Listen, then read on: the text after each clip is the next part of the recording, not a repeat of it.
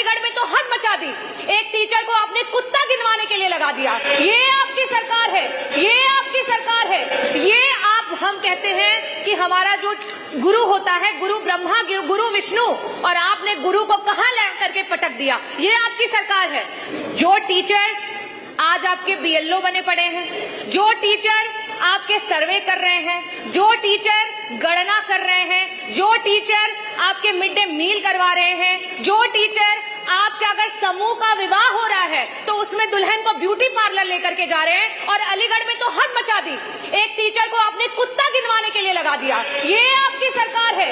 ये आप हम कहते हैं कि हमारा जो गुरु होता है, गुरु ब्रह्मा, गुरु विष्णु, और आपने गुरु को कहां ला करके पटक दिया। ये आपकी सरकार है। मैं ये पूछना चाहती हूँ, क्या ऐसी मानसिक उत्पीड़ना के साथ आप ये कर पाएंगे कि हमारे प्राइमरी स्कूल के जो हैं बच्चे बढ़ पाए। मेरा शिक्षा विभाग के पिछले किए हुए कृत्यों से जुड़ा हुआ था, क्योंकि अभी कुछ दिन पहले ये देखा गया कि विभाग के द्वारा कई सारे प्राइमरी स्कूलों को बंद किया गया मर्जर के नाम पर, और जब उसका कारण पूछा गया तो ये बताया गया कि उन स्कूलों में जो है बच्चों की संख्या कम है।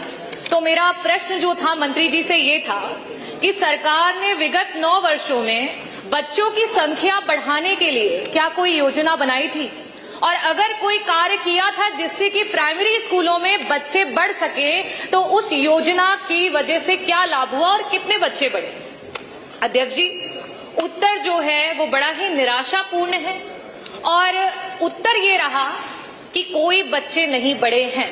और योजना का क्योंकि मंत्री जी ने जिक्र नहीं किया, इसका मतलब कि सरकार ने कोई योजना बनाई ही नहीं कि सरकारी स्कूलों में जहां गरीब के बच्चे पढ़ते हैं, जहां पीडीए के बच्चे पढ़ते हैं, वहां उनको अच्छी शिक्षा दी जा सके। किसी भी स्कूल में अगर आप बच्चों को की संख्या को बढ़ाना चाहते हो तो वहां सर्वप्रथम सबसे जरूरी है वहां के पर्याप्त शिक्षक, वहां पे शिक्षकों की संख्या जो है वो पर्याप्त होनी चाहिए।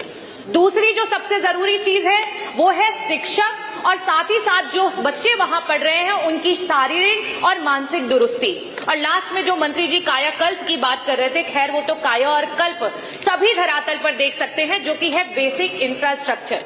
खैर एक बात को, बेसिक इंफ्रास्ट्रक्चर को कॉम्प्रोमाइज भी कर सकते हैं, लेकिन जिन स्कूलों में टीचर्स ही नहीं है, जिन स्कूलों के टीचर्स प्रताड़ित हो रहे हैं, वहां पे हम कैसे चाहेंगे और कैसे पा पाएंगे कि हमारे बच्चे बढ़ रहे हैं।